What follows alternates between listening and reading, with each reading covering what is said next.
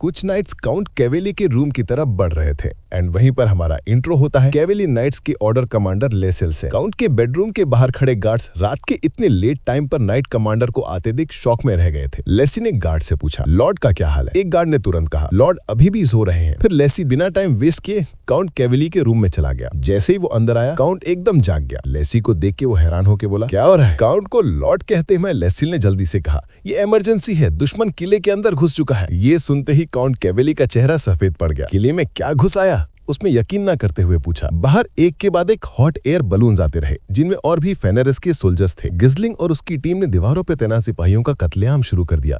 गुस्से में red hair चिल्लाया, चलो उस दुबले पतले लॉर्ड के कान का आखिरी हिस्सा उड़ा दो। तलवारों की टकराहट, चीखियां और शोर महल के अंदर तक गूंजने लगे। काउंट के चेहरे पर अब साफ डर दिखने लगा था। वो घबराते हुए बोला, फेनरिस के लोग दीवार कैसे पार कर गए? सुरंगों को क्या? लेसिन ने जवाब दिया, सोल्जर्स की रिपोर्ट के हिसाब से फेनरिस के लोग किसी अजीब गोले पर सवार होकर आसमान में उड़ रहे थे। काउंट ने हड़बड़ा के कहा, आसमान में उड़ रहे हैं? लेसी ने सीरियस होकर कहा, अब इससे फर्क नहीं पड़ता वो कैसे आए। उनकी स्पीड बहुत तेज है और वो फास्ट तरीके से महल पे कब्जा कर रहे हैं। महाराज, हमें तुरंत मूव करना होगा। लेसी ने जल्दी से अपनी प्लानिंग बताई। मैं सीधे बाहरी दीवार के पास अंडरग्राउंड रास्ते से जाऊंगा और गेट पकड़ लूंगा। अगर हम ऐसा कर पाए तो हम साउथ गेट पे मौजूद मेन आर्मी को बुला के फेनरिस सोल्जर्स को चारों तरफ से घेर सकते हैं। काउंट कैवेली एक पल के लिए बिल्कुल खाली पड़ गया। उसके हाथ कांपने लगे और आवाज हिल गई, मैंने तो फेनरिस सुरंगों के पास जाल लगाए थे। मुझे यकीन नहीं हो रहा कि मैं उनके ट्रैप में फंस गया। उसने बुदबुदाया, मेरा किला, वो किला जो कभी नहीं टूटा, क्या मेरी आर्मी मेरे साथ ही खत्म हो जाएगी?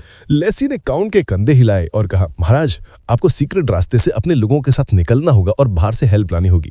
मैं यहीं रहूंगा और किले की डिफेंस संभाल लूंगा। लेकिन अगर सिचुएशन कंट्रोल में ना आई तो आपको उस आदमी को बुलाना पड़ेगा। बाहर पूरी कैवलरी में हड़कंप मच गया।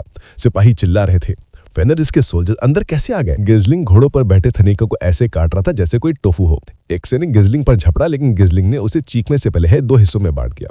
बाकी सोल्जर्स अपने साथियों को इतनी जल्दी मरते देख डर के मारे जम गए। उनमें से एक चिल्लाया, संभल जाओ, पैनिक मत करो, अपने क्रॉसबोस चलाओ, उनकी गिनती कम है। लेकिन इससे पहले कि वो कुछ करते, एक और सिपाही चिल्लाया, ऊपर देखो। एक बलून सीधा घुड़सवार सैनिकों के ऊपर आ गिरा। ब्लास्ट से चारों तरफ धूल और मलबा फैल गया। वो बलून गॉर्डन और एल्फाई का था। धुएं में खांसते हुए एल्फाई गुस्से में बोला, बेवकूफ मोटे सुअर, मैंने कहा था मेरे साथ मत चल, तू बहुत भारी है। गॉर्डन मुश्किल से सांस लेते हुए उसे घुरते रह गया, लेकिन कुछ नहीं बोला। जैसे ही वो दोनों उठने की कोशिश कर रहे थे, एक ग्रुप ऑफ सोल्जर्स उनकी तरफ टूट पड़ा। ब्लेड्स उनके पास पहुंचने वाले थे कि अचानक गिजलिंग कहीं से आके सबको एक झटके में उनकी फील्डिंग सेट कर देता है। गिजलिंग ने पूछा, क्या तुम दोनों ठीक हो? रेड हेयर हंसते हुए बोला, नाइट होने के बाद भी तू अभी भी वैसे ही बिहेव करता है गॉर्डन। लेकिन गॉर्डन सीरियस चेहरा बनाए चुप रहा। अचानक गिजलिन और बेलिंडा ने दूर से हलचल देखी। दीवार के दूसरी तरफ घुड़सवार सैनिकों ने पहले ही गेट पर कब्जा कर लिया था। रेड हेयर हैरान रह गया। वो लोग पहले ही डिफेंसिव पोजीशन में आ गए थे। गिजलिंग ने शांत होकर कहा, उनकी रिएक्शन उम्मीद से ज्यादा फास्ट है। उनके बीच कोई तेज सोचने वाला जरूर होगा। सुरंग अटैक में जिन दुश्मन सेनाओं को हमने तोड़ा था वो फिर से जल्दी इकट्ठे हो जाएंगे। हमें फास्ट काम करना होगा। अपने नाइट्स की तरफ देख के गिजलिंग ने पूछा, सब तैयार है? सारे नाइट्स एक साथ बोले, हाँ। गिजलिंग ने तुरंत ऑर्डर दिया, कीर, दीवार पे तैनात सिपाहियों को रोक दो और सारे सीट इंजन तोड़ दो। बेलिंडा, काउंट कैवेली को ढूंढो, मैं गेट तक जाने का रास्ता क्लियर करता हूँ। फिर उसने गंभीर आवाज में कहा, सब तैयार हो? सभी नाइट्स ने अपनी तलवारें ऊपर उठाई और एक स्ट्रॉन्ग ऑरा ने उन्हें घेर लिया। सब एक साथ चिल्लाए, हम तैयार हैं। हेलमेट पहनते समय गिजलिंग के चेहरे पे हल्की सी स्माइल आई। फिर उसने कमांड दी, फेनरिस मेट्स, एक्शन शुरू करो।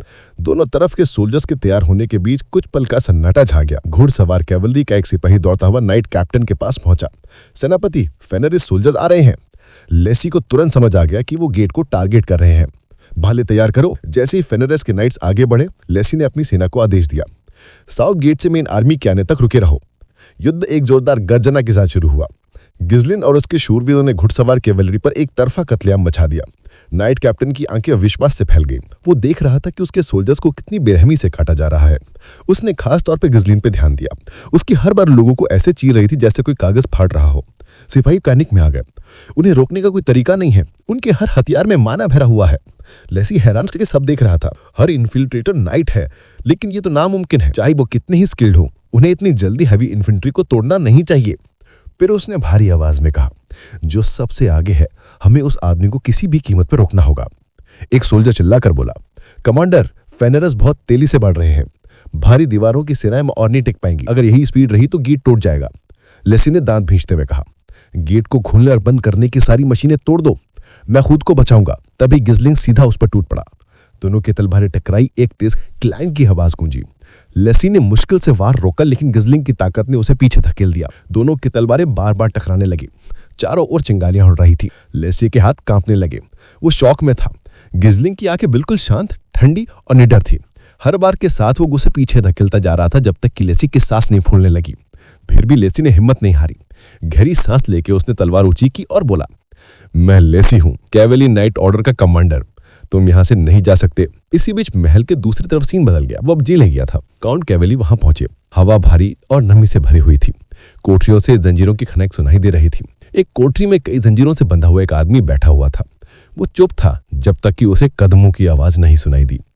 काउंट कैवेली कोठरी के सामने रुका। उसने पुकारा, लुकस। उसने धीरे से सिर उठाया। टॉर्च की रोशनी में उसकी तेज आंखें मन चमकने लगी। काउंट जल्दी से बोला, उसकी आवाज कांप रही थी, लुकस, तुम्हें दुश्मन को रोकना होगा। कुछ पल तक लुकस उसे चुपचाप देखता रहा। उसकी आंखें ठंडी थी, लेकिन उनमें अजीब सी खुशी थी। फिर धीरे धीरे उसके होठों पे हल्की सी मुस्कुराहट आई। उसने अपनी गर्दन पे लगे भारी कॉलर को खींचा और धीरे से बोला, इसे थोड़ा ढीला क्यों नहीं कर देते काउंट। एंड तभी चैप्टर 61 यहीं खत्म होता है। सो भाई लोग, वीडियो पसंद आया तो सब्सक्राइब कर देना नेक्स्ट चैप्टर के